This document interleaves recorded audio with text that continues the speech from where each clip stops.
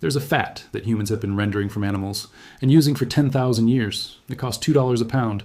It moisturizes skin more effectively than any commercial lotion because its fatty acid composition is nearly identical to human sebum, the natural oil your skin produces itself. It waterproofs leather, wool, and canvas without any synthetic compound. It heals minor burns, chapped skin, and surface wounds through a lipid barrier mechanism that no petroleum-based skin product replicates. It cooks at higher temperatures than every vegetable oil on the market without oxidizing into the inflammatory compounds that damage arterial walls. It makes candles that burn cleaner and longer than paraffin. It lubricates metal, leather, and wood with a protective film that resists water and temperature extremes. It preserved the boots, saddles, and rifle stocks of every cowboy, soldier, and frontiersman who crossed the American continent for 3 centuries. Roman legions carried it as a standard campaign supply. Viking shipbuilders sealed hull planks with it before every ocean crossing. Medieval surgeons applied it to battlefield wounds to prevent the drying and cracking that allowed infection to establish. Plains Indians rendered it from buffalo and mixed it with dried meat and berries to produce pemmican, the most calorie-dense survival food ever created, that remained edible without refrigeration for years.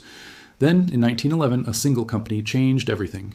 Procter & Gamble introduced Crisco, a hydrogenated vegetable shortening manufactured from cottonseed oil, and launched the most aggressive food industry marketing campaign the American public had ever seen. The campaign had one specific objective: to convince American households that the animal fat they had cooked with for 10,000 years was dirty, primitive, and dangerous, and that the industrially manufactured vegetable shortening in a clean white can was modern, scientific, and safe. They did not introduce Crisco because it was healthier. The trans fats produced by the hydrogenation process that created Crisco were later identified as among the most cardiovascular damaging compounds in the human food supply. They introduced it because cottonseed oil was an industrial waste product of the cotton industry that Procter & Gamble needed to monetize, and because displacing tallow and lard from American kitchens with a patentable manufactured alternative created a recurring revenue stream from a product that could be branded, marketed, and sold at margins that naturally occurring animal fat never could. The displacement of tallow from American household knowledge took less than a generation. By 1950, the fat that had sustained every human civilization from ancient Mesopotamia to the American frontier had been successfully repositioned in the public mind as an artery-clogging relic of nutritional ignorance. The $500 billion food and cosmetics industries that replaced it had been built on one of the most consequential nutritional lies ever successfully marketed to a mass population. This is the story of tallow, the fat that built civilizations, that armies trusted, that surgeons used, that cowboys depended on, and that a single manufacturing decision in 1911 erased from your kitchen, your medicine cabinet, and your understanding of what your body actually needs. If this knowledge matters to you, the subscribe button and the bell are the only way to protect it before this video disappears. This is where we open the vaults the industry sealed shut. Stay right here, because by the time this video ends, I'm going to show you the exact skincare mechanism that makes tallow more biocompatible with human tissue than any commercial moisturizer. The cooking application that modern nutritional science has confirmed produces fewer inflammatory compounds than every major vegetable oil on the market. The leather and gear preservation protocol that kept equipment functional across the most extreme environments in history, and the documented marketing timeline of exactly how Procter & Gamble convinced an entire civilization to abandon 10,000 years of nutritional knowledge in less than 40 years. If you leave now, you will go back to paying $30 for a commercial moisturizer whose primary active compounds are petroleum derivatives that your skin cannot absorb at the cellular level. You will keep cooking with vegetable oils that oxidize at standard cooking temperatures into aldehydes that damage arterial endothelium. Every one of those purchases is replacing a function that $2 worth of rendered animal fat has been performing since before any of those industries existed. Stay here. The whole story is coming. Let me take you back to where this begins. The year is approximately 8000 BCE.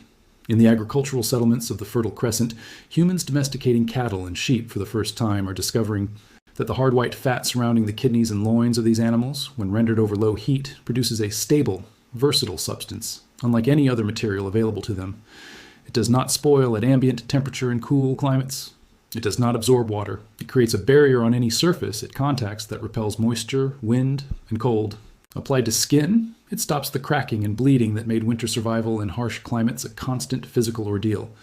Applied to leather and wood, it prevents the drying and splitting that destroyed tools and equipment.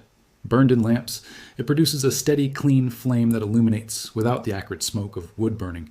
Every culture that domesticated ruminant animals arrived at tallow independently, not through shared knowledge, through direct observation of what this rendered fat did to every surface, biological and material, that it contacted. The Romans formalized what earlier civilizations had discovered empirically. Roman military supply records document tallow as a standard campaign material issued to legions alongside grain, salt, and weapons.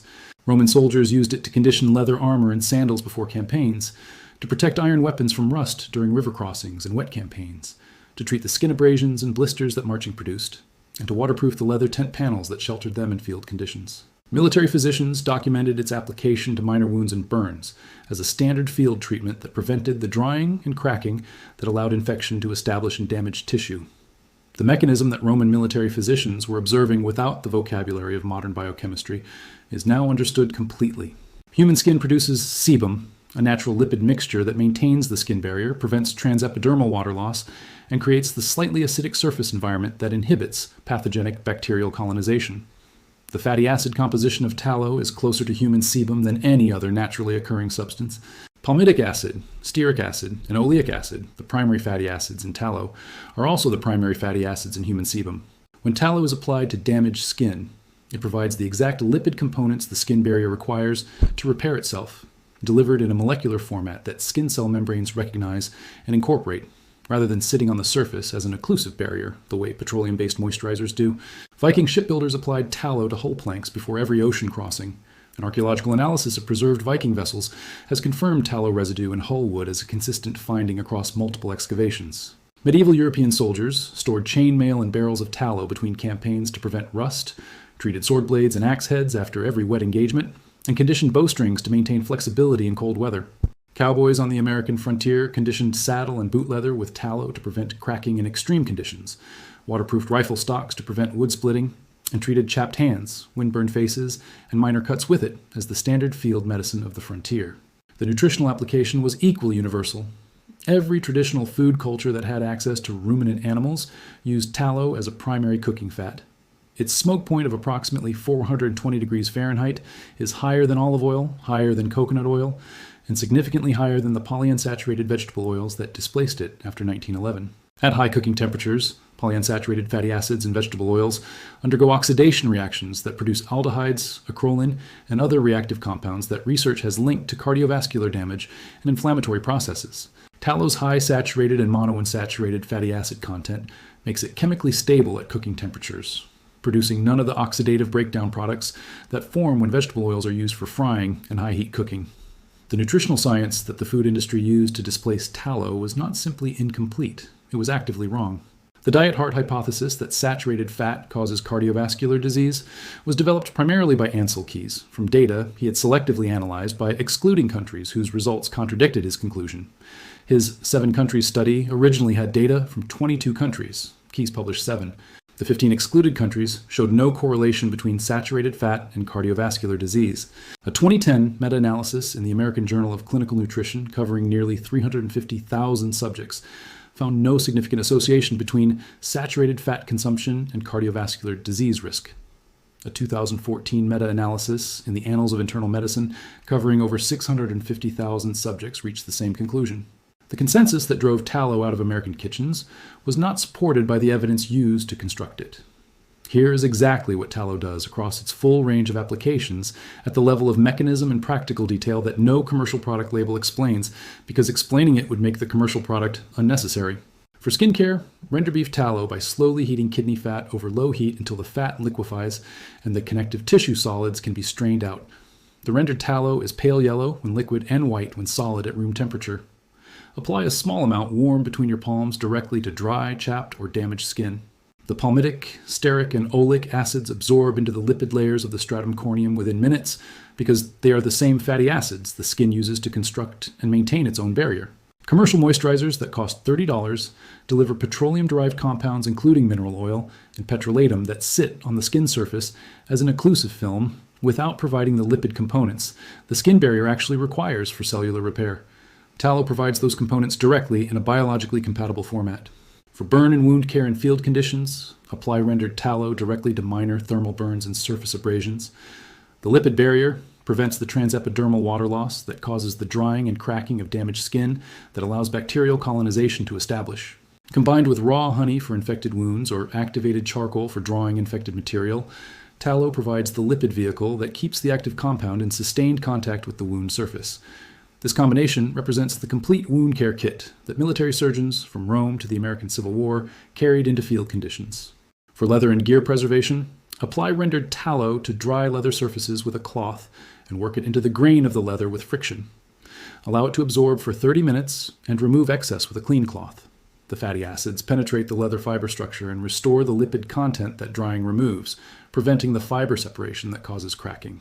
The water-resistant surface film that forms as the tallow sets on the leather surface repels moisture without blocking the leather's natural breathability. Commercial leather conditioners costing $15 to $20 per bottle contain animal or vegetable fats as their primary active ingredient alongside stabilizers, fragrance compounds, and packaging that constitute the majority of the retail price. For high-heat cooking, render tallow from beef kidney fat and store it in a sealed jar at room temperature where it remains stable for months without refrigeration. Use it in place of vegetable oils for any cooking application requiring temperatures above 350 degrees Fahrenheit. The chemical stability of its saturated and monounsaturated fatty acid content at high temperatures prevents the oxidative breakdown that occurs when polyunsaturated vegetable oils are used for frying, roasting, and searing. The flavor compounds in properly rendered beef tallow improve the taste of roasted vegetables, fried potatoes, and seared meat through the same Maillard reaction enhancement that made beef tallow the standard frying medium for every major fast food chain before they switched to vegetable oils under public pressure from anti-saturated fat campaigns in the 1980s and 1990s. For candle making and emergency lighting, pour liquid rendered tallow into a mold around a cotton wick and allow it to solidify.